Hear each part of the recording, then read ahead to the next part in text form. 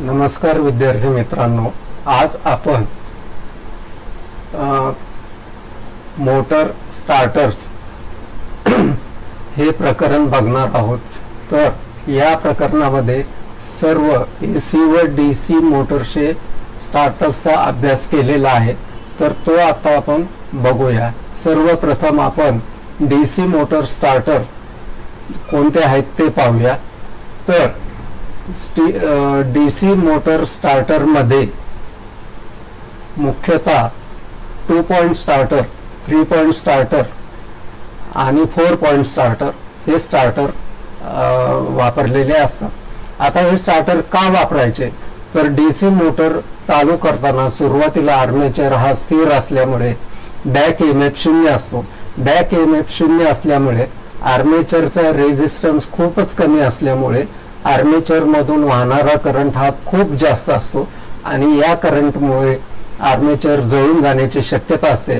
म्हणून आपल्याला स्टार्टरची आवश्यकता भासते। आता स्टार्टरचे प्रकार आपण पाहिलेले आहेत। 3 पॉइंट स्टार्टर हा डीसी शंट मोटर आणि कंपाऊंड मोटर चालू करण्यासाठी वापरलेला असतो।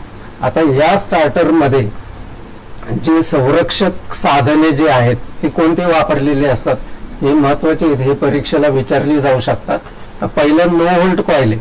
नो होल्ड कॉइल जी आहे ती या ठिकाणी तुम्हाला दिसेल। तर या ठिकाणी नो होल्ड कॉइल का वापरलेली आहे, तर ज्या वेळेला सप्लाय अचानक बंद होतो त्यावेळेला या कॉइल मधील चुंबकत्व नष्ट होते आणि हा जो स्टार्टिंग जे हँडल आहे ते परत आपल्या जागेवर स्प्रिंग असल्यामुळे येते।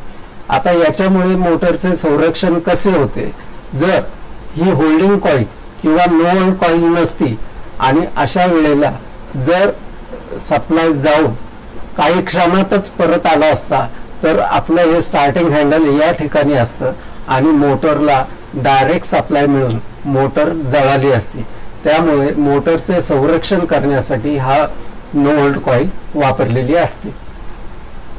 त्याच्यानंतर ओव्हरलोड कॉइल। ओव्हरलोड कॉइल जी आहे ती या ठिकाणी दाखवलेली आहे। आता ज्या वेळेला मोटर मधून करंट जास्त प्रमाणात वाहतो त्यावेळेला ही जी कॉइल आहे याच्यामधील चुंबकत्वामुळे हा जो आर्म आहे हा आर्म वर खेचला जातो आणि वर खेचला गेल्यामुळे होल्डिंग कॉइलचे दोन्ही टर्मिनल्स शॉर्ट होऊन होल्डिंग कॉइल मधला सप्लाय 0 होतो आणि सप्लाय 0 झाला की हा जो स्टार्टिंग हँडल जे आहे ते परत आपल्या जागेवर येते। अशा प्रकारे मोटरचे ओव्हर करंट पासून किंवा ओव्हरलोड पासून संरक्षण होते। तर ही दोन जी संरक्षक साधने आहेत ही परीक्षेला विचारण्याची शक्यता आहे, तर ही नीट करून ठेवा। त्याच्यानंतर 4 पॉइंट स्टार्टर आहे।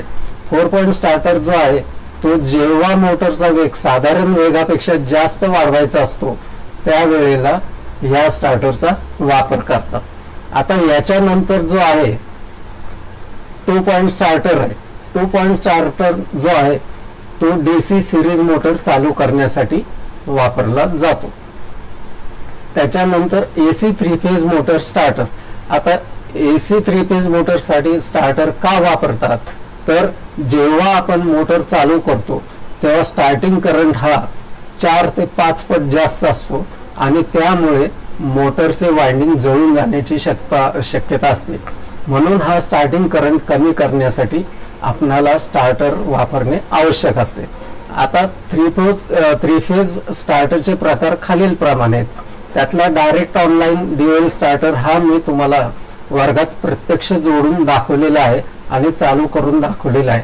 त्याची आकृती पण तुम्हाला सिंगल लाईन डायग्राम तुम्हाला काढून दिलेली आहे। त्याच्यानंतर star delta starter. Star delta स्टार्टरचे 3 प्रकार पडतात, तर ते प्रकार कोणते ते आपण बघूया। तर स्टार डेल्टा स्टार्टरचे manually operated star delta starter, त्याच्यानंतर semi automatic star delta starter आणि ऑटोमॅटिक स्टार डेल्टा स्टार्टर हे 3 प्रकार आहेत।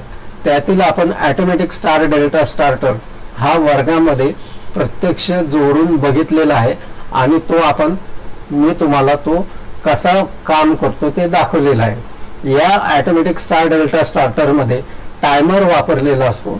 त्या टायमरमुळे सुरुवातीला स्टार कॉन्टॅक्टर चालू होतो आणि काही वेळानंतर म्हणजे आपण टायमरमध्ये जो टाइम सेट केलेला आहे त्या टाइम नंतर स्टार कॉन्टॅक्टर बंद होतो आणि डेल्टा कॉन्टॅक्टर चालू होतो. अशा पद्धतीने हा ऑटोमॅटिक स्टार डेल्टा स्टार्टर कार्य करतो, हे तुम्ही बघितलेले आहेच. त्याच्यानंतर जो स्टार्टर आपण पाहणार आहोत तो ऑटो ट्रान्सफॉर्मर स्टार्टर.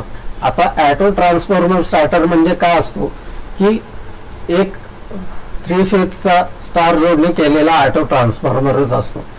आता याच्यामुळे काय होते की जास्त HP असलेल्या मोटर्स आपण ऑटो ट्रान्सफॉर्मर स्टार्टरच्या सहाय्याने सुरू करतो. तर जेव्हा हा आपण म्हणजे स्टार्टर वापरतो ऑटो ट्रान्सफॉर्मर स्टार्टर, तेव्हा सुरुवातीला आपण कमी व्होल्टेज मोटरला देऊ शकतो आणि हळूहळू ते मोटरला दिलेले व्होल्टेज वाढवू शकतो. अशा पद्धतीने आपण मोटरचे संरक्षण करू शकतो. त्याच्यानंतरचा जो स्टार्टर आहे तो रोटर रेझिस्टन्स स्टार्टर आहे. हा स्टार्टर फक्त स्लिप रिंग इंडक्शन मोटर चालू करण्यासाठीच वापरलेला असतो. त्याच्यानंतरचा जो स्टार्टर आहे तो मोबाईल रिमोट कंट्रोल स्टार्टर. हा सध्याचा आधुनिक असा स्टार्टर आहे. याच्यामध्ये आपण मोबाईलवरून जो एक ठराविक नंबर जो आपण तिथं फीड केलेला आहे मोटरच्या तिथे त्या युनिटवर, तर तो नंबर आपण मोबाईलवरून जर डायल केला तर मोटर चालू होते आणि तोच नंबर आपण परत डायल केला तर मोटर बंद होते. या स्टार्टरचा फायदा असा आहे की तुम्ही तुमच्या शेतीपासून किती लांब असू द्या तर त्या तिथून तुम्ही तुमचा मोटर चालू किंवा बंद करू शकता. अगदी तुम्ही भारताच्या पार दुसऱ्या टोकाला असाल तरी तुम्हाला हा तुमच्या शेतातली मोटर चालू करता येते किंवा बंद करता येते. तर ही फक्त ह्याची माहिती तुम्ही लक्षात घ्या. ह्या ज्या खाली आकृत्या ज्या दाखवल्या त्या शक्यतो कमी आहे विचारतील असे. तर फक्त तुम्ही मोटर त्या स्टार्टरची माहिती तुम्ही लक्षात ठेवा. अशा पद्धतीने हे स्टार्टरचे प्रकरण आपले नीट व्यवस्थित अभ्यास करून परीक्षेला सामोरे जा.